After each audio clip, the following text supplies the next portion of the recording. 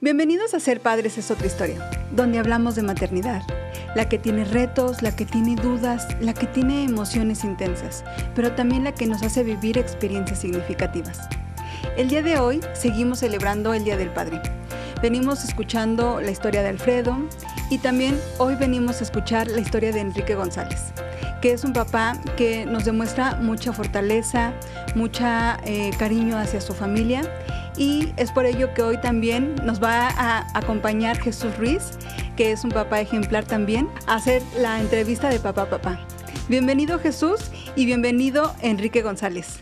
Pues muchas gracias a este espacio que lleva Fer, este espacio de Ser Padres es otra historia. Hoy estamos invitados los dos, Enrique, como papás. Un gusto, Jesús. Me pidió Fer que si podía apoyar haciendo la entrevista de papá a papá. Okay. Bienvenido a este espacio, muchas Enrique gracias. González. Enrique Luis González. Así es mi nombre, Enrique Luis González. Gracias. Nosotros somos varones, papás, tenemos hijos y también gozamos, sufrimos, tenemos esperanzas, nos caemos, lloramos, porque somos personas y sobre todo somos papás. Correcto. Entonces la idea es compartir un poquito con quien ven esta entrevista, este podcast, pues que la importancia de la mamá y la importancia del papá. Claro. A veces creo que compartirás conmigo que a veces la figura del papá es, pues tiene que estar ahí siempre. Sí. Y tiene que ser fuerte siempre, y tiene que hacer lo mismo siempre, pero pues somos personas y tenemos un corazón vivo por nuestros hijos, por nuestras familias. Entonces, bueno, platícame tú como persona, como ser humano, como hombre, ¿cómo cambió tu vida cuando te convertiste en papá? Es decir, fuiste un niño, creciste, hiciste una vida, dijiste me voy a casar y de pronto, ¿qué crees? Vas a tener 1 o 2 hijos. ¿Cómo cambió tu vida como papá? Wow, pues primero que nada, gracias Jesús, gracias Fer por abrir el espacio, por invitarme. Espero que lo que les pueda compartir sea de bastante utilidad para todos, sí, para claro todos los que sí. nos escuchen.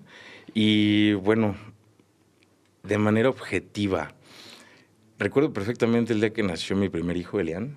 Tuve la oportunidad de estar en la sala de parto. Y una de las cosas más fuertes fue el momento de recibirlo en mis brazos. Justamente estaba la doctora haciendo su chequeo, sacando su calificación de newborn, de recién nacido, no sé qué. De pronto veo que ya viene con el bebé y me dice, tenga. Sin más de es de usted, sí, claro, sí. Es suyo. Y yo, o sea, lo único que sentí ahí primeramente fue frío. Un frío... no de ese frío cuando te estás congelando, sino como de shock, de impacto. Es el sentir la responsabilidad viva sobre tus manos. Así lo sentí. Es decir, ¿en qué me transformé? Sí reconozco que antes de Elian, mi dinámica era demasiado festiva, demasiado festejo, ¿no? Yo, cualquier oportunidad era buena para salir a celebrar, para salir a los amigos, para salir a donde fuera, la familia, etcétera.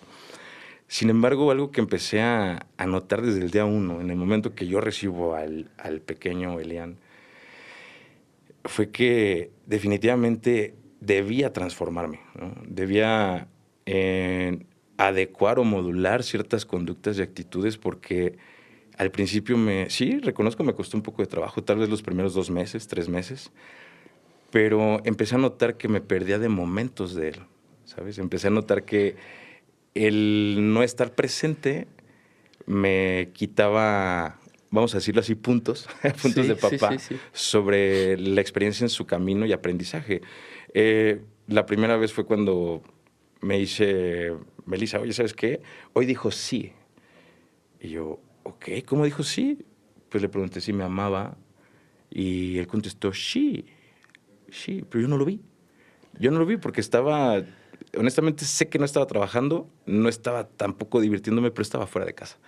Entonces, el no estar presente me hizo tatuarme un sentido de responsabilidad y presencia que hoy en día, y sin afán de juzgar a nadie, no logro yo, dentro de mi corazón, de mi mente, de mi disposición o voluntad para ellos, no logro visualizarme sin ellos tal cual. O sea, inmediatamente Te puedo decir que aumentó mi capacidad de responsabilidad, mis ganas de trabajar, mi sentido de presencia, porque pues mi papá fue una persona muy presente para nosotros, ¿no? Siempre fue muy presente. Lamentablemente falleció cuando yo tenía 16 años, pero ese ejemplo que nos dio desde que yo lo conocí hasta que se fue, he tratado de mantenerlo desde la parte presencia, ¿no? O sea, el estar presente fue algo que se sumó al ser más responsable, al adecuar mis conductas, mi comportamiento. Y pues también uno se vuelve como el centro de entretenimiento, Jesús. No sé si te ha pasado, o sea, de pronto ya es soy papá, pero ya estás haciendo la vocecita y la carita y todas estas cosas que de pronto te conectan con ellos, ¿no? Sí. Creo que una de las cosas que también se transformó en mí fue algo que yo sigo poniendo en práctica, yo le llamo conciencia activa o conciencia consciente. Y es esta capacidad, así lo he entendido a lo largo del tiempo, de los años, es esta capacidad de visualizar o de tener presente la lectura de la persona que tienes enfrente, en este caso mi hijo, Sí. y todas las posibilidades de resolver o no lo que sea que le está pasando. Un ejemplo así breve, una vez lloraba inconsolable, tal vez tendría 2 meses, y de repente mi esposa se empezó a disgustar porque no encontrábamos la forma de calmarlo, ¿no? Y en esa línea, pues entonces te conviertes en el mediador, ¿no? A ver, mi amor, tranquila, vamos a ver, los dos estamos aprendiendo, pero él también no tiene otra forma de comunicarse. Claro. Creció en mí la tolerancia, la empatía, la tolerancia a la frustración. ¿Por qué? En un ejemplo chistoso yo le decía, es que imagínate que tiene comezón en la pompa y el niño solo sabe decir, ¿Cómo se rasca? ¿Cómo se rasca? ¿Cómo te dice rasca, mi mamá? Y entonces sufrir una comezón y que no te pueda rascar es incómodo. Imagínate de bebé. Obviamente tu sentido tiene que estar alerta todo el tiempo para poder percibir lo que sí y lo que no. Entonces yo creo que en 3 palabras te diría, cambió en mí el sentido de responsabilidad, cambió en mí el sentido de vulnerabilidad, porque yo pensaba que demostrar mis emociones me hacía vulnerable ante cualquier situación o persona, ¿no? Sí. Y cosa que es un error. O sea, es algo que descubrí con el tiempo que estaba completamente equivocado.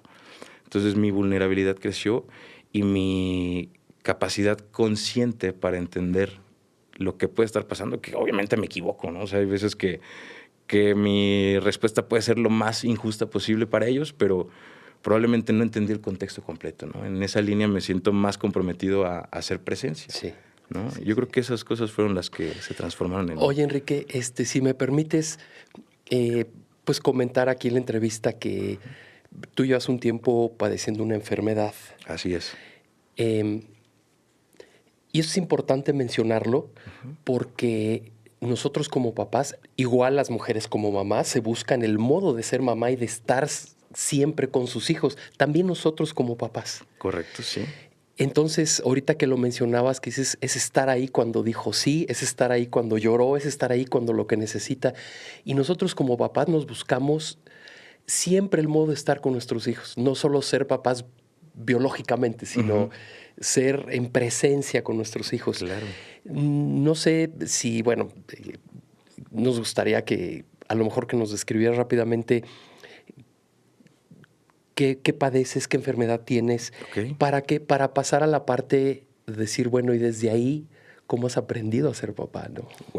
Wow, sí, interesante. Pues, mira, lamentablemente, hoy en día todavía no sabemos cuál es el diagnóstico formal para mi padecimiento. Sí es una realidad que el cambio fue muy radical, muy de la noche a la mañana. El antecedente, vamos a ponerlo en contexto. Antecedente, un día a los 9 años de edad, durante un entrenamiento de natación, yo era nadador desde muy pequeño, ya estaba en un equipo de natación. En el calentamiento terminamos de hacer el acondicionamiento físico, el maestro nos dice, ¿saben qué? Pueden jugar tiros de penalti, es lo máximo, no nos dejaban jugar más para evitar lesiones, ¿no? Justo cuando pateo el balón, yo siento el golpe en mi cadera. Y acto seguido me subió una fiebre súbita de 42 grados. Estuve internado por 1 mes. Me hicieron una biopsia. Me estuvieron dando analgésicos, antibióticos. Y más o menos mi recuperación formal fue de un mes. Yo no podía caminar por el dolor era bastante fuerte, la fiebre no se bajó casi hasta la tercera semana, y muy gradual, 42, 41, 40, y había días que volvía a subir. Ese mismo episodio se repetía casi cada 6 meses, desde los 9 años. Okay. Y conforme iba pasando los episodios de hospital, sí había una diferencia muy, muy ligera en las radiografías, ¿no? Los doctores en ese momento creían que era una osteomelitis crónica. No significa otra cosa que infección en un hueso, ¿no? Ya después de grande lo entendí. En ese momento yo decía, osteomelitis, ¿qué es eso, no? Estuve rondando por muchos hospitales, por muchos especialistas. Afortunadamente desde ese momento descartaron cáncer, tumoraciones y demás. Pero bríncate todo ese proceso. A los 31 años, un día manejando, de repente empiezo a sentir como calambre en la cadera, una molestia muy, muy peculiar. Y venía yo con Elian justamente. Entonces, de repente, ya no pude, del dolor ya no pude mover las piernas, ¿no? ¿Qué pasó? Empecé a moverme con esa inquietud de hacer presencia, de resolver, ¿no? Estábamos justo detenidos en un semáforo, estaban pitando, ¿no? O sea, yo así sin resolver. Entonces, de pronto me empujo hacia arriba, siento un dolor, pero puedo empezar a manejar. Llegamos a casa y estuve 3 meses en cama, sin poder realizar movimientos, sin poder levantarme con facilidad, y el mismo episodio, dolor y fiebre.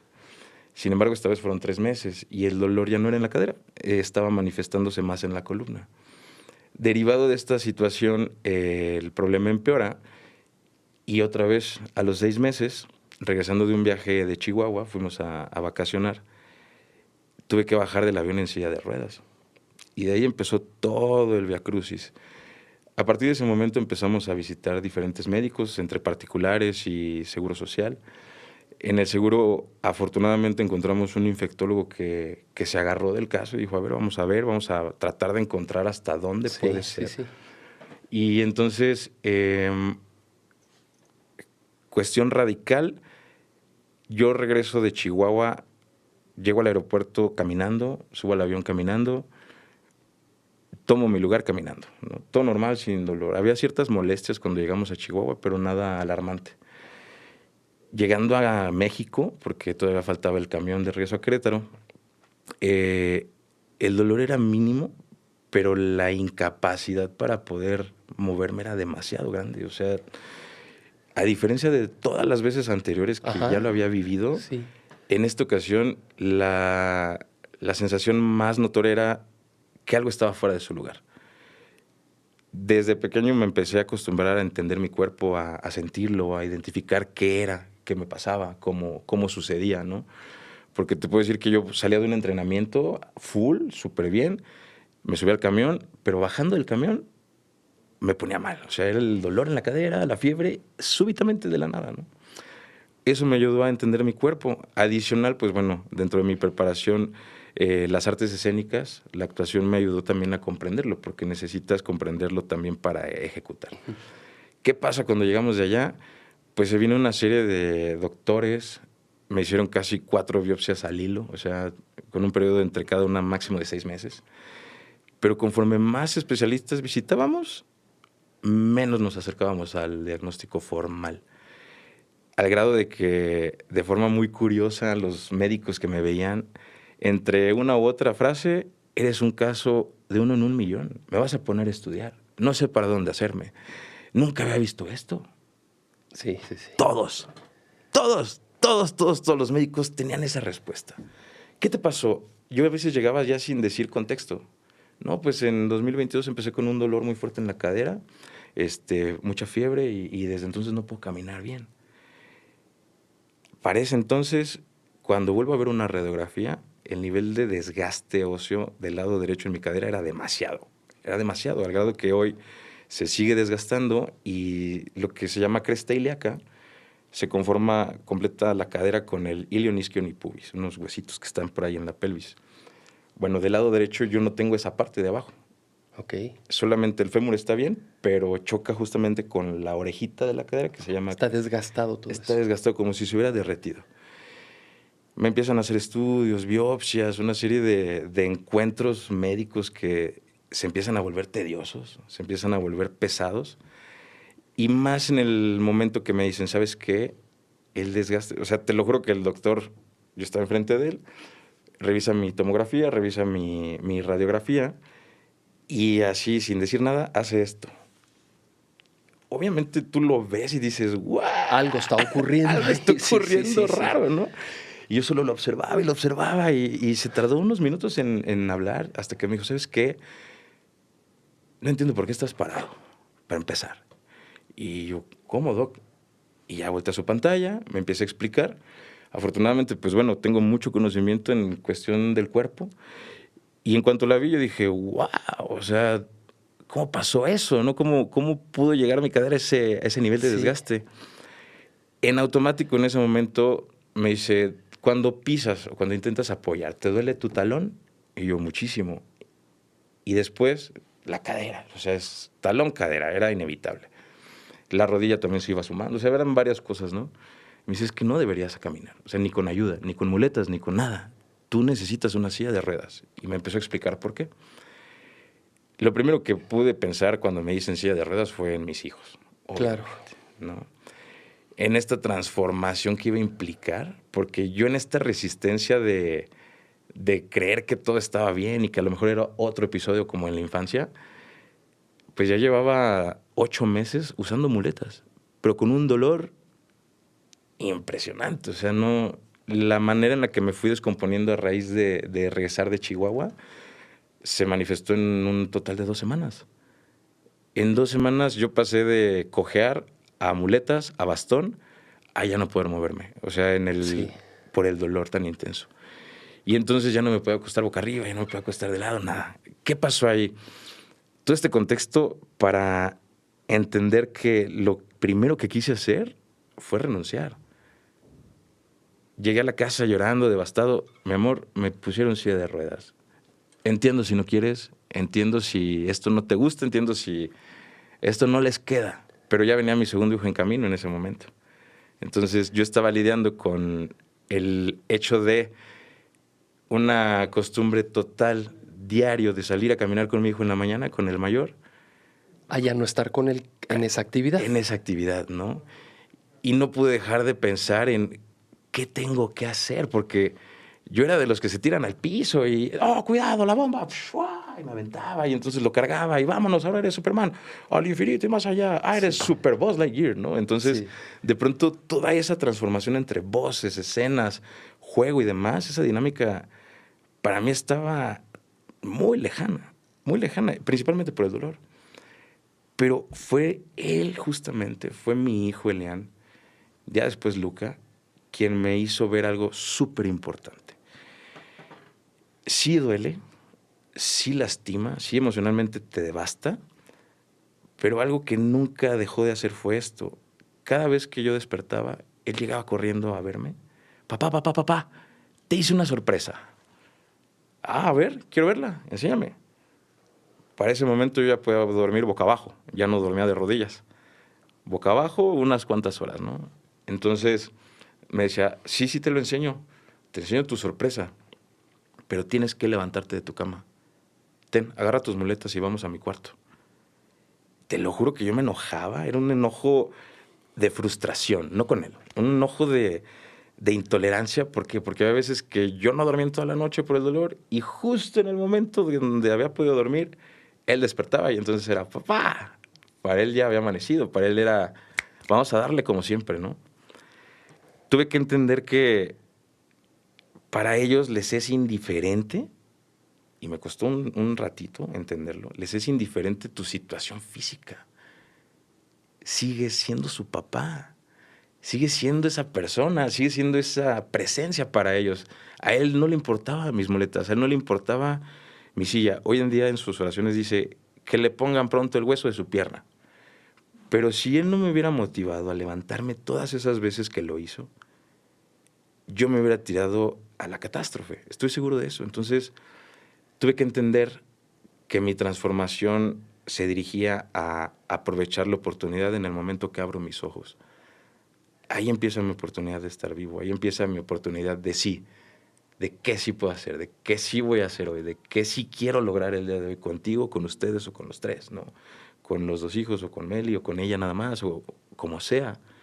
Sí fue un proceso de aceptación, pero justo en el momento que entendí que a ellos no les importa un carajo mi silla de ruedas, si es la mecánica, si es la automática, si son muletas, en el momento que lo comprendí, yo me sentí su superhéroe, yo me sentí el más fuerte del mundo a pesar de toda la situación de salud que se detonaba. Claro, esto es muy ¿sabes? padre porque a lo mejor tú, como nos pasa a todos, si no tenemos una vida entre comillas normal como lo que normalmente esperamos, pensamos que o ya no soy lo suficientemente fuerte o ya no soy el papá que me hubiera gustado ser.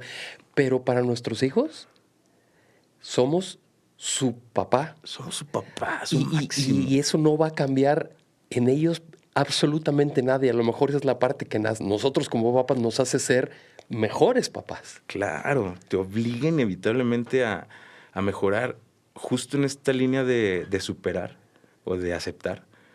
Me acuerdo que un día se me acerca y nos cambiamos de casa 2 veces en un lapso de 1 año.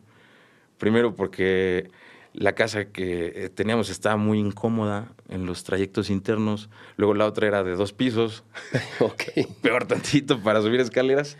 Y finalmente encontramos una más amplia con un piso, ¿no? Una planta. Todo eso obviamente me tenía desgastado porque seguíamos con los diagnósticos erróneos o no encontrados. Y un día me dice, papá, ya estaba pero muy cansado ya, muy frustrado, ya incluso nefasteado de los médicos, ¿no? Entonces, resulta que me dice, papá, es que tú todavía eres esa persona buena que yo conozco, pero no la dejas salir. Tú no eres esa ¿Eso te dijo imagen. tu hijo? Eso me lo dijo él. Wow, Elian. sí. Me puse a pensar, tan mal me veo. Inevitablemente tu mente empieza a trabajar, ¿no? Cuando me dice, papá, es que tú no eres esa persona enojada que veo en tu cara. Yo sé que tú sigues siendo esa persona buena en tu interior, pero no la dejas salir. Déjala salir. Déjala salir, papá. Uf, obviamente yo así de tragué saliva, Sí. me quedé pensando y me puse a analizar algo bien importante. Yo soy de la vieja escuela donde te decían, te voy a dar para que llores. Te voy a dar en serio para que llores de verdad. Ah, estás llorando. Te voy a dar una buena para que ahora sí para llores. que ahora sí llores Sí, en serio, sí. ¿no? El regaño, pues sí, o sea, era la escuela del cinturón, la escuela del cable, de lo que hubiera a la mano para poder entender Sí. y disciplinarnos. Pero algo que yo nunca vi en esta manifestación de emociones, como para poderlo entender mejor, era qué significaba cada estado de ánimo de mi papá, por ejemplo.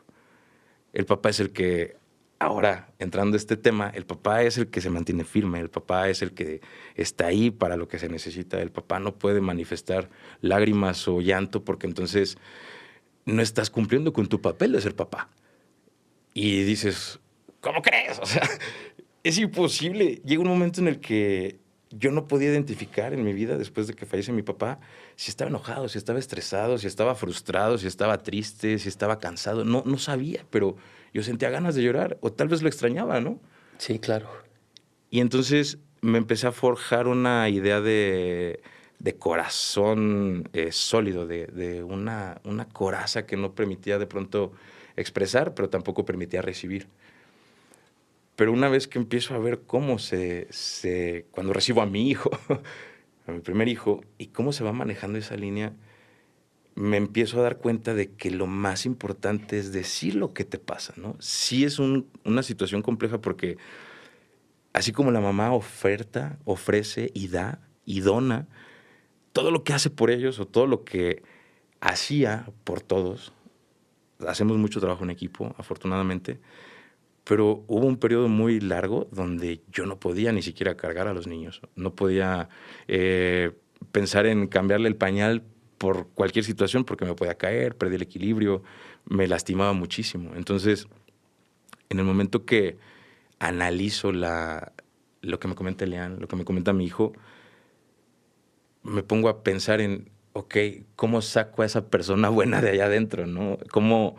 ¿Cómo lo traigo a mi realidad si en esta realidad no soy el que era? O sea, no puedo brincar, no puedo correr, no puedo moverme, no puedo arrastrarme como un gusano como lo hacía con él.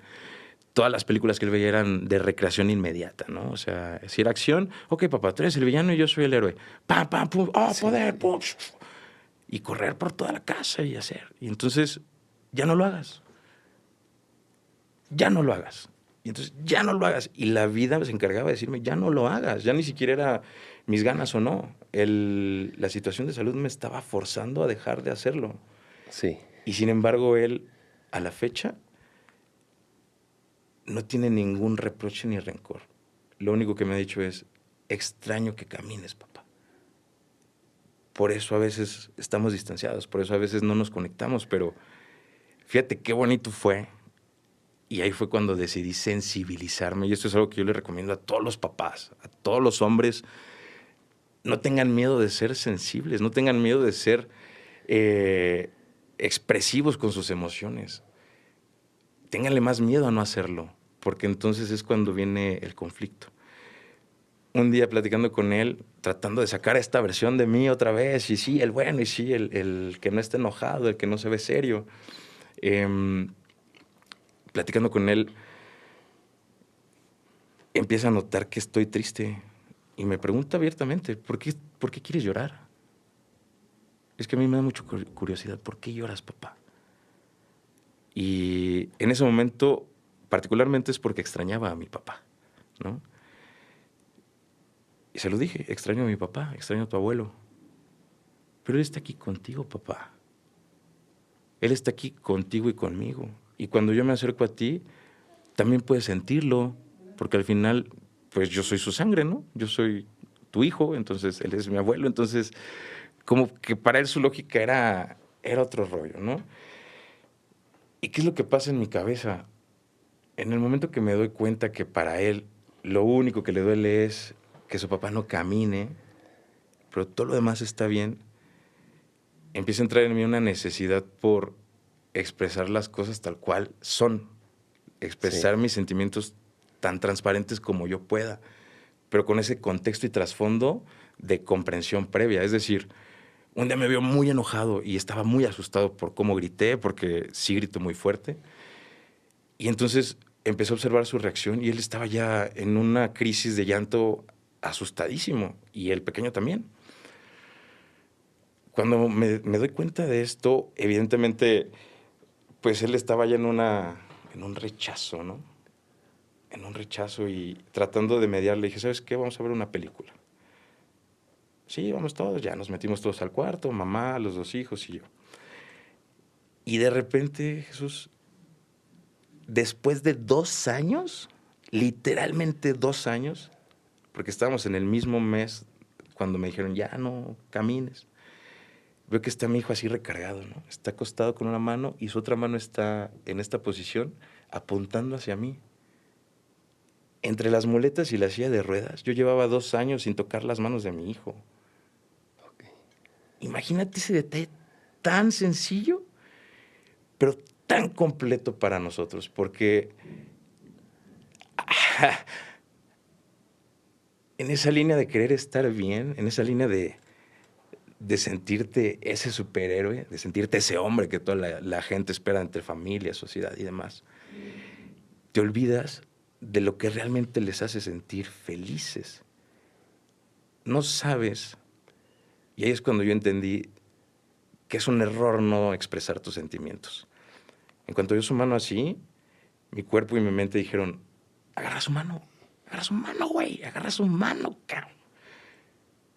Y sin preguntar, me acerqué y le agarré la mano. ¡Puf! O sea, no sabes la cantidad de conexión, de energía, de satisfacción emocional, de fortalecimiento que me dio en ese momento. Pero lo más chido, lo más bonito fue su cara. Él estaba súper atento viendo la tele. No me acuerdo si en esta posición o en esta, no recuerdo bien, pero no estaba viendo mis acciones. En cuanto tocó su mano, su sonrisa fue tan auténtica, tan bonita, que se fue, papá. Y le digo, ¿sabes hace cuánto tiene que no nos tocamos las manos, hijo? Y me dice, sí, desde que te enfermaste. ¿Cómo lo traía? Lo traía clarísimo. Clarísimo. Pero yo sé que es por tus muletas y por tu silla, papá. ¡pum! O sea, fue así como de, ¿what? O sea, él ya lo tenía súper comprendido. Y yo ni siquiera me había puesto a pensar en esa necesidad. Desde ese día hacemos nuestro saludo de energía. Nos agarramos las manos y empezamos a vibrar, a vibrar, a vibrar. Y hasta que gritamos la chona, o gritamos 1, 2, 3, o gritamos lo que se venga a la mente, ¿no? ¡Ruah!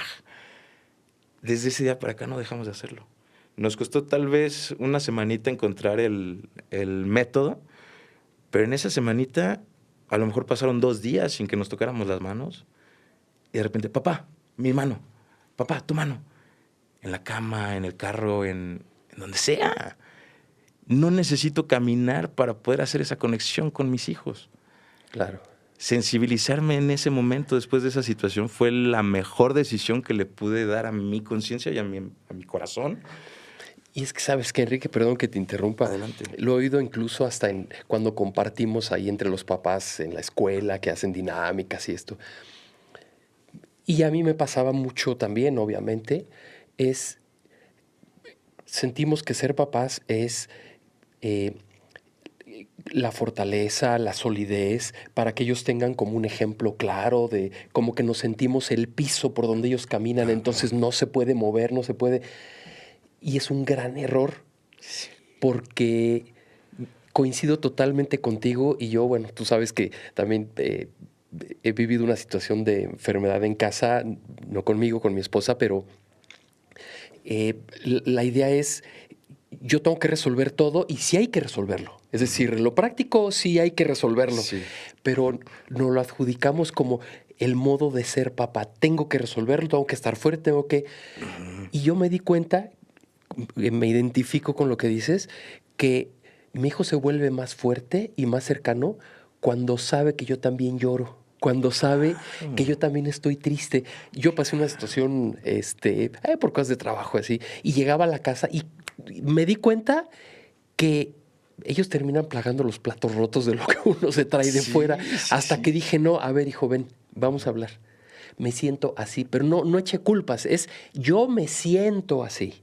Allá yo lo resuelvo como tenga que ser, pero aquí en la casa yo me siento triste, me siento preocupado, me siento... Entonces, no sé, me vibro mucho con lo que dices, porque el modo de ser papá es que nuestros hijos conozcan qué sentimos, ¿no? Claro. Cómo vivimos. Oye, Enrique, y con todo esto, una pregunta. ¿Cómo te has hecho tú a decir cuál ha sido el modo de decir yo quiero ser papá para mis hijos? ¿Cómo? No sé si me explico. Sí, ¿Cómo te creas tú, te haces a ti mismo o te imaginas, te vas como configurando para decir, yo en mi situación ahorita de muletas o de momentos de silla de ruedas, ¿cómo te vas haciendo tú para decir, voy a ser este papá para mis hijos? Bien, pues ha sido, yo creo que un proceso muy divertido. Ahí sí, independientemente de lo catastrófico y de todo lo que conlleva esta búsqueda, obviamente mi idea principal es estar sano, ¿no? Tuve que entender que el no tener salud te implica muchísimas cosas, ¿no? Muchos cambios también. Muchos cambios. Los roles, hace rato lo mencionabas. Hay un sentido de equivalencia en tanto a lo que aporta mamá como lo que aporta papá, y ambos son súper importantes.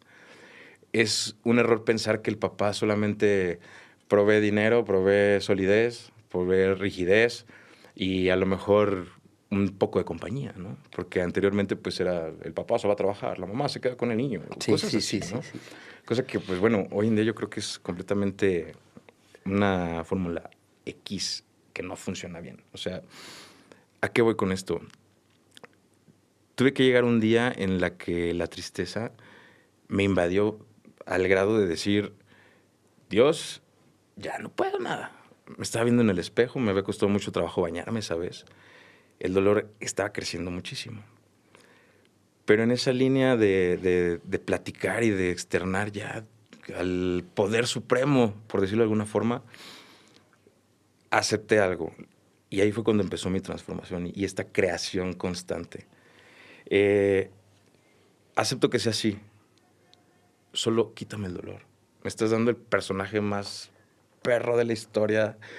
en las obras de teatro, en la actuación, pero lo estoy sacando. O sea, me diste el personaje más difícil, el personaje más complicado, pero creo que lo estoy resolviendo bien. En ese momento yo solo veía todo lo que ya no pasaba, todo lo que no podía hacer con ellos, todo lo que no podía hacer con mi esposa, todo lo que no podía hacer yo solo, ¿no? Y de pronto, después de estar llorando un par de horas, llegó a mi mente una idea muy clara que se las comparto también porque a mí me funciona todos los días. En esta línea de costumbre, estamos justamente muy acostumbrados a ver todo lo que no pasó, todo lo que no hicimos, todo lo que no sucedió. No hiciste esto en la casa, no viniste, no llegaste temprano, no te despertaste, no recogiste, no logré. Después de esta crisis, automáticamente algo pasa en mí que empiezo a ver todo lo que sí puedo hacer. Y justamente ahí empecé a explorar todo lo que mi cuerpo todavía hace, ¿no? Hay una línea de juego que tengo con ellos, que son voces y personajes, y soy Santa Claus, y soy Goofy. Ay, oh, oye, Moxie, ¿cómo estás? Y Santa Claus, y Mickey Mouse, y todo lo que ellos me digan. Y Bob Esponja. Sí. Y Patricio, y cosas así. Y entonces llega un momento en el que yo de pronto en mi repertorio de obras de teatro que tengo, empiezo a sacar ciertos personajes, ¿no? Y Caracol de la Playa del Mar, y Colibrí del Pico del Monte, y yo soy su mayordomo, señor majestad, y cosas así. Y ellos se encargan de transformar esas historias en su entorno presente, en su realidad inmediata. Ayer, por ejemplo, estábamos jugando al profesor, y Elian era el maestro, Luke era su asistente, mamá y yo éramos los alumnos. Entonces, en inglés, o sea, él de 8 años hablándonos en inglés, cosa que a mí me cuesta todavía trabajo. Mi esposa lo domina perfectamente bien. Pero más impresionante aún, que en esta línea de resolver el personaje se permite hacer correcciones. Como profesor. No, lo estás diciendo mal, Enrique. Es más, no eres Enrique, eres Henry. Henry, you told me... O sea, sí. Y lo escupe bien bonito. Empecé a entender, volviendo a la parte de esta crisis, cuando empiezo a ver todo lo que sí se puede, todo lo que sí soy capaz de resolver, viene a mí una línea de reto. ¿Cómo la trabajo? ¿Cómo funciona? Todos los días la oportunidad o nuestra oportunidad de estar vivos empieza cuando abrimos los ojos. No importa si te vas a quedar en la cama, no importa si vas a estar mal ese día de salud, tu oportunidad ya empezó y depende de ti cómo la aprovechas. Ese día empecé a pedirles a ellos una sola cosa, a los 2 pequeños y a Melissa. Sé que tienes que cumplir con tareas, sé que tienes que estudiar. Lo único que te pido es que seas feliz, hijo. No quiero otra cosa más que seas feliz el día de hoy. Y entonces de ahí surge en mí esta necesidad de reinventarme todos los días con mi mejor versión. Puedo estar enojado, pero aún en el enojo puedo dar lo mejor de mí. Puedo estar triste, pero no voy a estar triste todo el tiempo. En esa tristeza también te puedo compartir que me tiene triste, pero también que me puede hacer feliz. Sí. No vas a estar feliz todo el tiempo, ni irradiando alegría, pero en lo poquito que puedas compartir, en todos tus estados de ánimo y emociones puedes dar lo mejor de ti.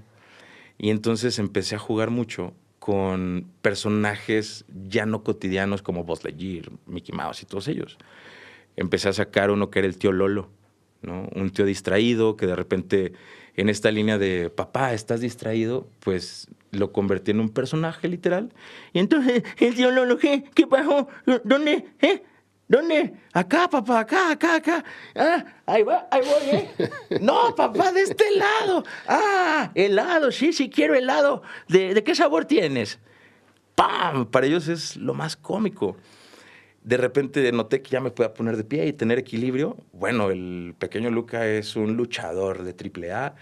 Vamos a pelear, papá. Desde chiquitito suelta fregadazos bien puestos, ¿no? Y en esta línea de jugar, cuando empieza a notar que yo puedo mantenerme en equilibrio con muletas o sin ellas, pero acá, ¿sí vamos a pelear? Dijo, no, pero acá en tu cama, papá. Él se sube a la cama y en la esquinita él se queda, yo me quedo a un costado de la cama. Y no es pelear, es brincar, es agarrarlo, es abrazarlo, atacarlo con cosquillas.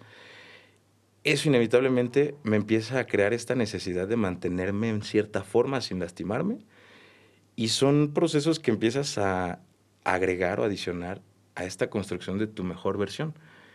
Procuro mucho estimular esta provocación de aprender sobre nosotros mismos. Es como, vamos, si de por sí convivimos poco, porque nuestros roles, como papá, como mamá, como trabajador, pero entonces, ¿cómo los estimulas o cómo saco mi mejor versión? Provocando en ellos esta necesidad de ver todas mis versiones, de ver todas las posibilidades que tiene papá de hacer y de sentir y de crear. Y ¿no? sabes que, Enrique, lo padre de todo esto es que tú te estás como reinventándote cada día. Pero algo que me llama mucho la atención, porque nos pasa igual a los papás, es en el fondo, tú te reinventas, pero es porque tú quieres que ellos sean felices. Es decir, el objetivo, si me permites compartirlo así, el objetivo no somos nosotros. No. Nosotros tenemos que trabajar sobre nosotros mismos, porque somos papás siempre. Eso lo cambia. Pero el propósito de ser papás es que nuestros hijos sean felices. Pero en el fondo uno tiene que reinventarse como papá para que nuestros hijos sean felices. Absolutamente. Yo creo que no hay mayor herencia que eso, ¿no? Sí. Y preguntarte en este contexto, Enrique, ¿qué te gustaría el día que tú ya no estés? 2 o 3 cosas, porque no podemos pedir así todo que tus hijos recordaran de ti. O sea, ¿cuál sería tu herencia para tus hijos? Que digas, mi vida como papá, como persona, valió la pena dejándole esto a mis hijos. ¿Cuál sería tu herencia para tus hijos? Poniéndote un poquito en los zapatos de ellos. Bien, pues sí lo tengo eso ya muy claro. Son 2 cosas. Una, lleva un rato que yo me manejo por voluntad y no por hacer mi santa voluntad, como se malentiende regularmente. Creo que la voluntad es una virtud, un valor que está plagado de muchas más. Cuando tú haces algo por voluntad, lleva cariño, lleva calidad, lleva tiempo de dedicación, claro. No va a haber reproche, lo vas a hacer con toda la autenticidad y con todo tu esmero, toda tu energía. Le vas a dedicar el tiempo que le haga falta, ¿no? A mí me gustaría que ellos entendieran de mí esta necesidad de hacer las cosas con la voluntad de hacerlo, ¿no? No porque es mi santa voluntad, o otra cosa que en mi análisis, debes tener fuerza de voluntad. Y creo que es un error porque cuando tú aplicas fuerza a algo, estás obviamente obligándolo a comportarse de alguna forma, ¿no? O sea, si yo te empujo aquí, entonces tú a lo mejor tu resistencia va a ser, oye, ¿por qué me estás empujando? Pero esta fuerza que yo te aplico está en contra de tu voluntad real, que es estar tranquilo, sí, ¿no? Sí. Primero, voluntad. Que ellos sepan y la entiendan, o al menos la evolucionen quizá, y que se manejen por ahí. Porque también la voluntad lleva mucho amor, para mi punto de vista. Lleva mucho cariño, lleva muchas cosas. Es como hablar del amor, literal, ¿no? Sí. Cuando al amor le pones voluntad, es más bonito también. Y otra cosa que me encantaría, primero dejarles claro eso, cómo se usa, cómo la uso yo, cómo la aplico. Y después el instinto de resistencia o bien la parte de no rendirme. Una de las cosas que he notado y que ellos me han dicho, principalmente mi esposa, es que eres necio. Y no en el necio El mal plan. del mal plan, sino que te aferras tanto a las cosas que quieres que no encuentras forma de rendirte un solo día. O sea, incluso en el momento más cruel de la situación de salud, así fuera nada más levantarme para ir a dar mis clases, me levantaba a dar mis clases. Y no dejé solos a los niños, a mis alumnos un momento. O sea, me dolía, era imposible sentarme, me daba la clase parado con muletas, resistiéndome al dolor y diciendo, ay, no quiero la silla todavía, ¿no? Pero entonces cuando empiezo a tener la silla automática, y aquí fue donde entendí esta parte de no rendirte, pues qué fácil, papá, ya me cansé, yo me voy contigo. Y te los llevabas aquí. Y aquí en la silla, ¿no? Y de repente, obviamente... Oye, como una silla que a lo mejor dices, oye, qué mala onda, pues sí, pero cómo se convierte también en un instrumento nuevo que te da otras actividades, claro, otra relación. Otra relación. Y entonces entenderlo para mí al principio era un poco chocante antes de llegar a ese momento porque decía, hijo, pero tú caminas. ¿Sabes lo que yo daría por caminar? Vamos llegando a la plaza, vamos llegando al centro, hijo, camina un poquito, cánsate, por favor. Ok, papá. Al principio era un enojo y un berrinche de, ¿pero por qué?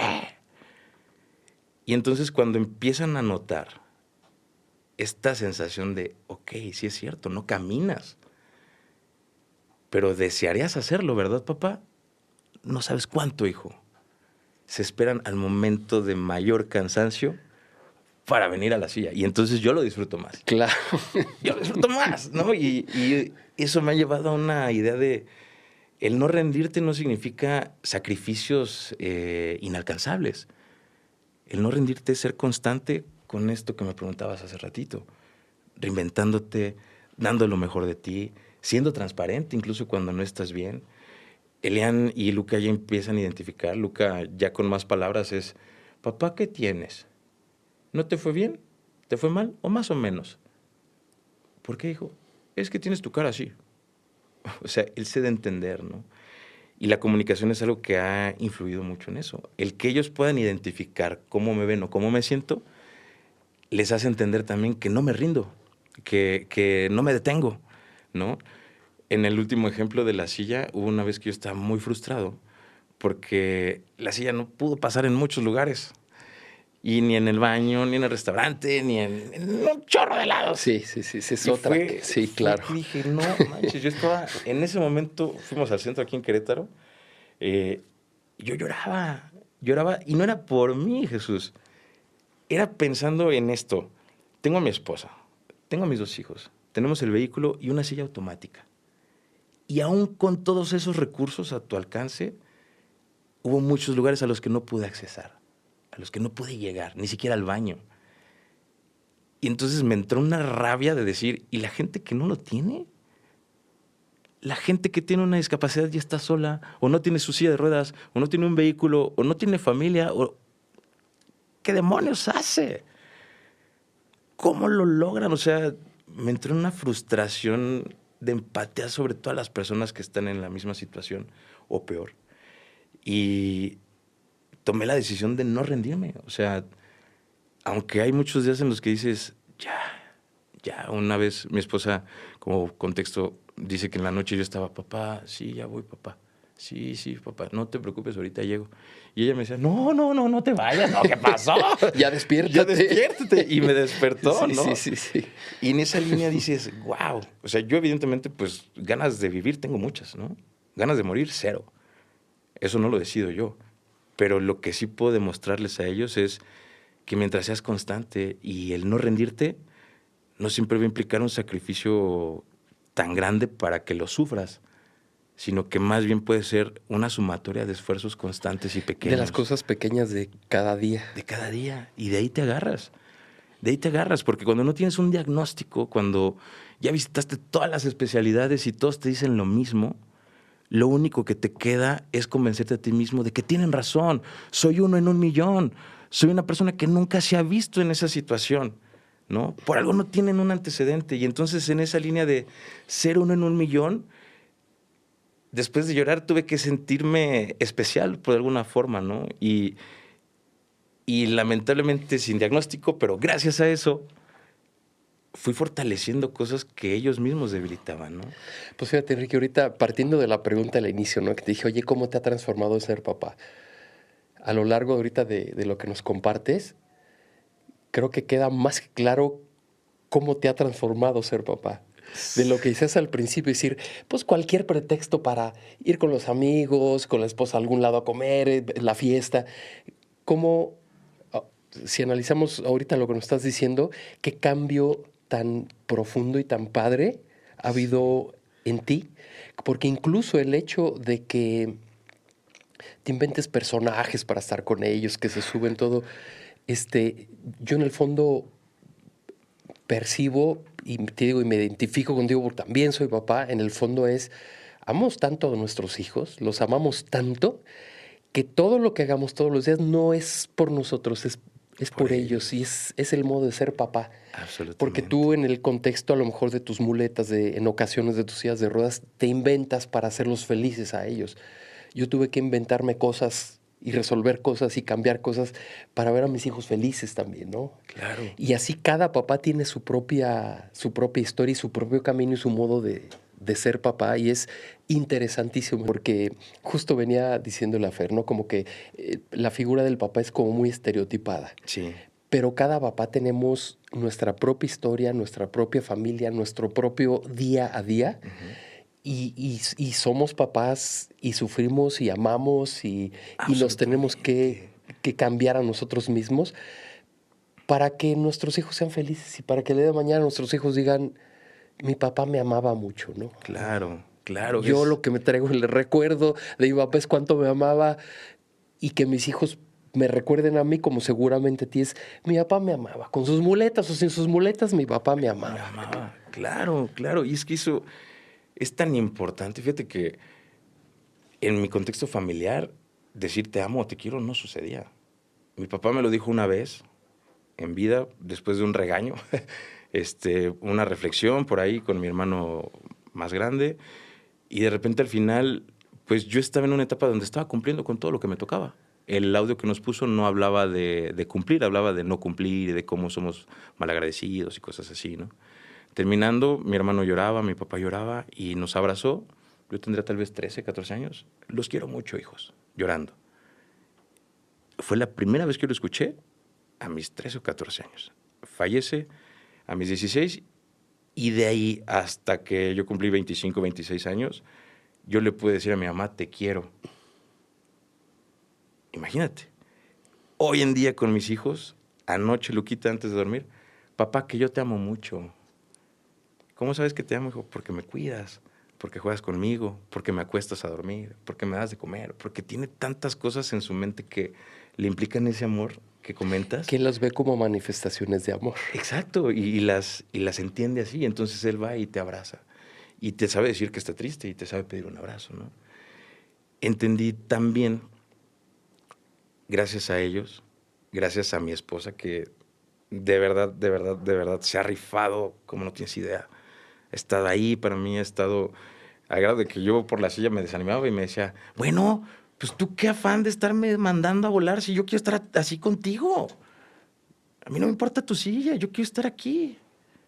Y yo, bueno, es que yo entendería si no quieres, sí, pero claro, te lo tengo que decir, o sea, sí, tienes que saberlo. Me dice, pues no, y no lo vuelvas a pensar. ¿Ok? La gratitud y la humildad caben en todos lados, Jesús. Esta situación de salud me dio la adquisición o el nivel más grande de humildad que yo haya tenido en toda mi vida. Definitivamente sí me recapacitó, sí me reubicó en muchos sentidos, pero es gracias a esto, al ser agradecidos y al reconocer cuando algo no estamos haciendo bien, gracias a eso que yo creo que puedo seguirme transformando y evolucionando en esta búsqueda de la felicidad para ellos, ¿no? Pero tener esa bondad y esa flexibilidad también te distancia de ese papá modelo que todos estamos acostumbrados a conocer, ¿no? Ahorita que lo platicabas, me hizo recordar un momento de la crisis más grande, donde, mamá, ¿me pongo los tenis blancos o cafés? Papá contestaba, ponte los cafés, Elian. Elian me veía, se volteaba y, mamá, ¿me pongo los tenis blancos o cafés? Imagínate, entonces la autoridad total y mi opinión no importaba. Pero en el momento que lo empezamos a trabajar, obviamente esta ausencia fue debido a la salud, ¿no? Y entonces todo era mamá, y esto mamá, y seno cereal, mamá, y seno huevo, mamá, o si desayuno un sándwich, mamá. Pero entonces yo no podía decir, oye, desayúnate un sándwich. Mamá, ¿me puedo desayunar un sándwich? O sea, era como, sí, claro. Se empieza a trabajar. Hoy en día me ha dado gusto que o Luca o Elian, mamá, bueno, aquí está papá. Oye, papá. Él si me deja ya no, al revés, ¿no? Al revés. Entonces, esta dinámica se empieza a ver interesante, ¿no? Creo que es importantísimo la transparencia. Sí, obviamente no vas a llegar a contar, no, hijo, es que me peleé con mi jefe y pues me gritoneó.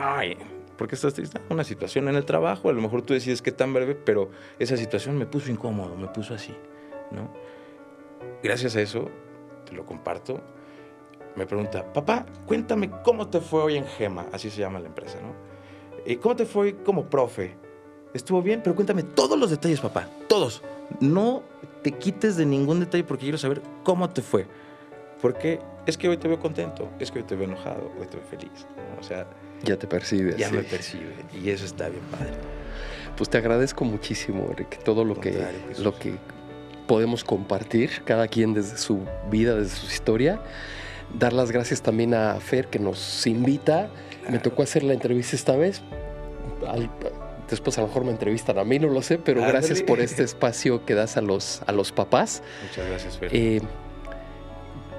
La siguiente emisión pues ya nos dirás de qué trata, y muchas gracias porque ser padres es otra historia y cada historia merece ser contada y tiene que ser contada, ¿no? Tiene que ser contada. Y ahora que vamos a celebrar el Día del Padre, bueno, pues qué bueno que escuchemos todo esto de boca de papás. De papás y agradecido también, Jesús, porque siempre es importante, y eso también lo fue aprendiendo con el tema de salud, todas las historias son las más importantes. Así es. Anteriormente yo pensaba, y antes de tener hijos, yo pensaba que lo mío era lo único importante, ¿no? Pero no, el aprender, el escuchar, el conocer, también te va mejorando, también te va haciendo la mejor versión de ti. Y te agradezco, Fer, que me hayan invitado. Te agradezco lo que me compartes. Y deseo de verdad que en esta línea podamos ir contagiando o persuadiendo a más hombres o papás a sensibilizarse, literal. O sea, es algo que a mí me gustaría como dejar muy, muy marcado, porque a mí me ha marcado la pauta para tener una mejor vida en familia, eso sí. Sí, una mejor conexión con los hijos y conmigo mismo. Pues muchas gracias. Gracias, Enrique. Gracias a este espacio de Ser Padres es otra historia. Gracias, Fer. Muchísimas gracias.